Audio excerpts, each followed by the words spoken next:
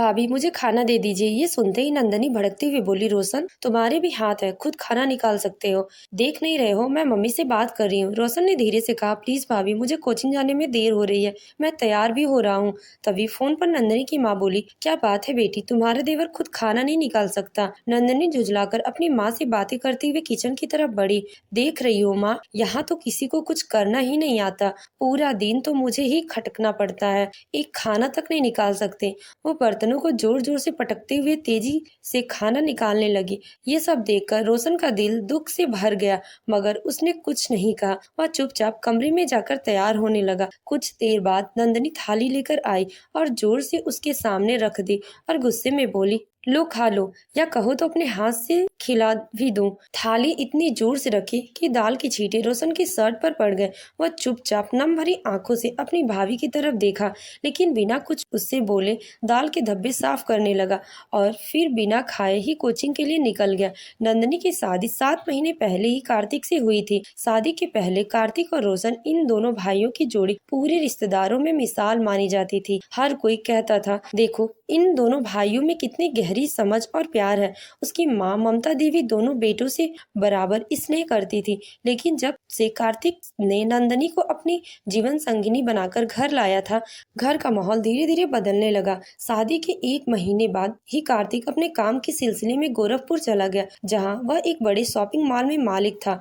आज सुबह जब ममता देवी को ये पता चला कि उनका छोटा बेटा रोशन बिना नाश्ता किए ही कोचिंग चला गया है, तो उनका मन बेचैन हो गया। उन्होंने तुरंत नंदनी से पूछा, बहू रोशन बिना खाए क्यों चला गया और आज वो यूनिफॉर्म में क्यों नहीं गया था? नंदनी ने बेपरवाही से जवाब दिया, माँ जी मैंने तो खाना निकाल ही दिया था, लेकिन रोशन खुद ही मना कर दिया। कहने लगा कि भाभी रहने दो, आज पार्टी में जाना है, शायद किसी दोस्त की बर्थडे पार्टी थी, इसीलिए आज ड्रेस भी नहीं पहनी थी। ये सुनकर ममता देवी का चेहरा सख्त हो गया। उन्होंने गुस्सा से कहा, अच्छा आने दो उसे, उसको बहुत पार्टी का शौक चढ़ा है, अब उसे घर का खाना पसंद नहीं आ रहा। कुछ घंटों बाद जब रोशन कोचिंग से लौटकर अपना कपड़ा बदल रहा था, तभी ममता देवी गुस्से में उसके कमरे में आई और बोली, रोशन तुम्हें तो अब पार्टी करने का बड़ा शौक हो गया है, घर का खाना अच्छा नहीं लगता क्या? ये सुनकर रोशन चौंक गया। उसने हैरानी और घबराहट से कहा, माँ ये आप कैसी बातें कर रही हैं? तभी उसकी नजर पास खड़ी नंदनी पर पड़ी, जो चुपचाप खड़ी मुस्कुरा रही थी। उसकी मुस्कान में ताने और चालाकी थी,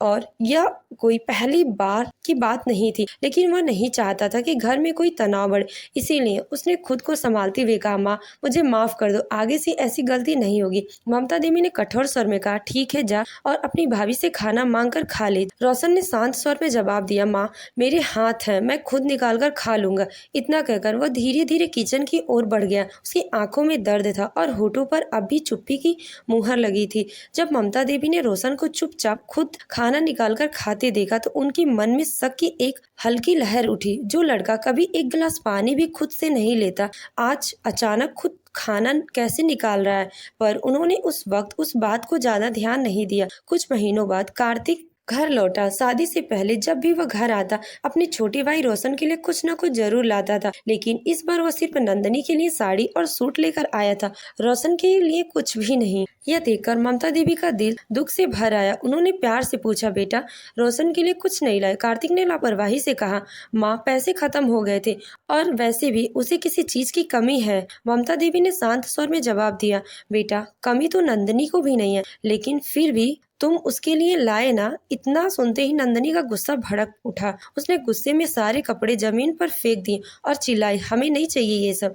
ये देख ममता देवी बोल पड़ी, बहू ये क्या बदतमीजी है? नंदनी ने तीखे स्वर में जवाब दिया, बदतमीजी तो आप कर रही हैं, ये मेरे पति हैं, अगर मेरे लिए कुछ लाए तो आपको जलन क्यों हो रही है? ममता देवी की आंखों में आंसू आ गए और वही खड़े कार्तिक ने कुछ नहीं समझा, न कुछ पूछा, बस चुपचाप जमीन पर पड़ी साड़ी उठाई और नंदनी को देते हुए कहा, इन्हें लेकर अंदर जाओ। फिर माँ की ओर मुड़कर बोला, माँ आपने नंदनी को नाराज कर दिया, आप जाकर उसे मनाइए। ये सुनकर ममता देवी चौंक गई। उन्होंने आश्चर्य और पीड़ा से अपने बेटे की ओर देखते हुए सोचा, कैसा बेटा पैदा किया है मैंने, जो अपनी माँ को बिना गलती के बहू से माफी मंगवाने को कह रहा है। वह कठोर स्वर में बोली, मैं किसी कीमत पर उसे लड़की से माफी नहीं मांगूंगी, और फिर अपना आंसू पोंछते हुए अपने कमरे में चली गई। अगली सुबह जब ममता देवी सोकर उठी तो देखा कि घर में कोई हलचल नहीं है। घर में सन्नाटा पसरा था। उन्हें चिंता हुई तो वो धीरे धीरे नंदनी के कमरे की ओर गई। उसका दरवाजा बंद था उन्होंने दरवाजा खटखटाते हुए प्यार से कहा, बहू सुबह हो गई है, अभी तक उठी क्यों नहीं? तुम्हारी तबीयत तो ठीक है ना? अचानक दरवाजे से जोर से खुला और नंदनी गुस्से में बोली, माँ जी मैं आज से घर का कोई काम नहीं करूंगी। ममता देवी चौंक गई। उन्होंने शांत स्वर में पूछा, क्यों बहू, क्या हुआ? कोई बात है क्या? नंदनी भड़की और बोली, मेरे पति मेरे लिए कपड़े लेकर आए और आपको इतना दुख हो गया कि आपने तुरंत ताना मार दिया। वो मेरे पति है, मेरे लिए नहीं लाएंगे तो किसके लिए लाएंगे?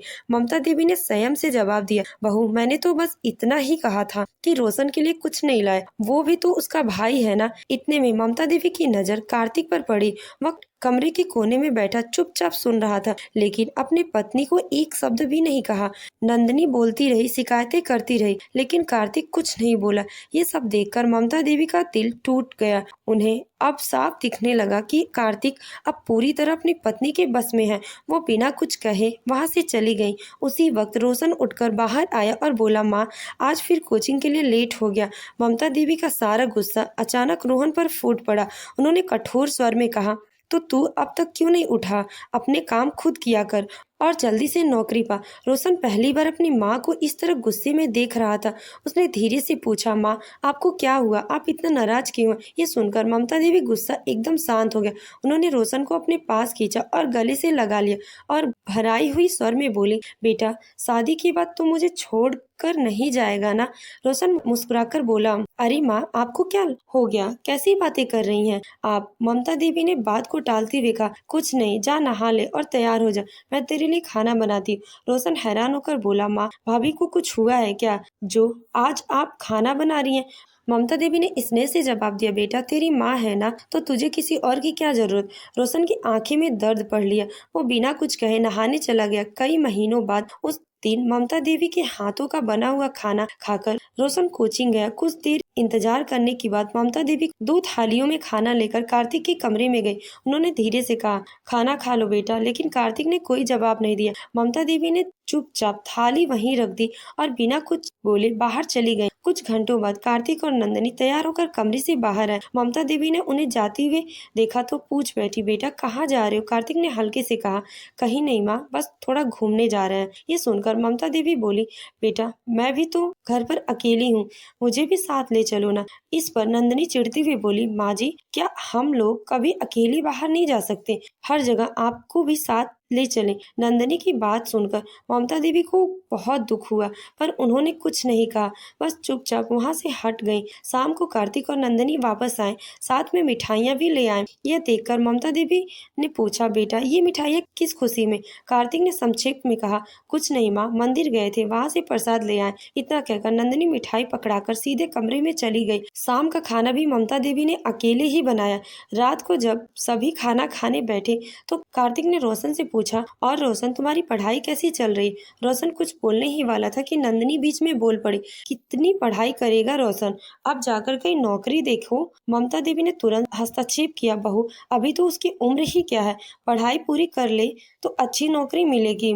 इस पर नंदनी ने चिढ़कर कहा, तो क्या अब मेरे पति अकेले ही कमाएंगे? दोनों भाइयों को नौकरी करनी चाहिए और बराबर खर्चा चलाना चाहिए। कार्तिक चुप रहा, कुछ नहीं बोला। तभी ममता देवी ने गंभीर स्वर में कहा, और अगर रोशन नौकरी ना करे तो तब क्या करोगी बहू? नंदिनी ने तीखे स्वर में जवाब दिया, तो इस घर का बंटवारा होगा।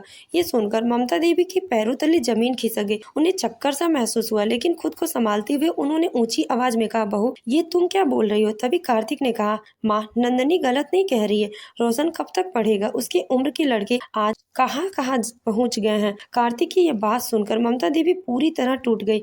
उन्होंने अब और कुछ कहना जरूरी नहीं समझा और चुपचाप अपने कमरे में चली गई।